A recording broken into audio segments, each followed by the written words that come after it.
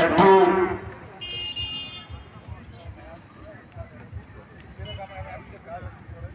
খুঁজে পাওয়া বিজ্ঞপ্তি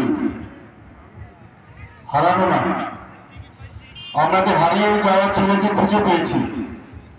ছেলেটির বয়স আনুমানিক 3.5-4 বছর হবে, কথা ঠিক মতো বলতে পারে না।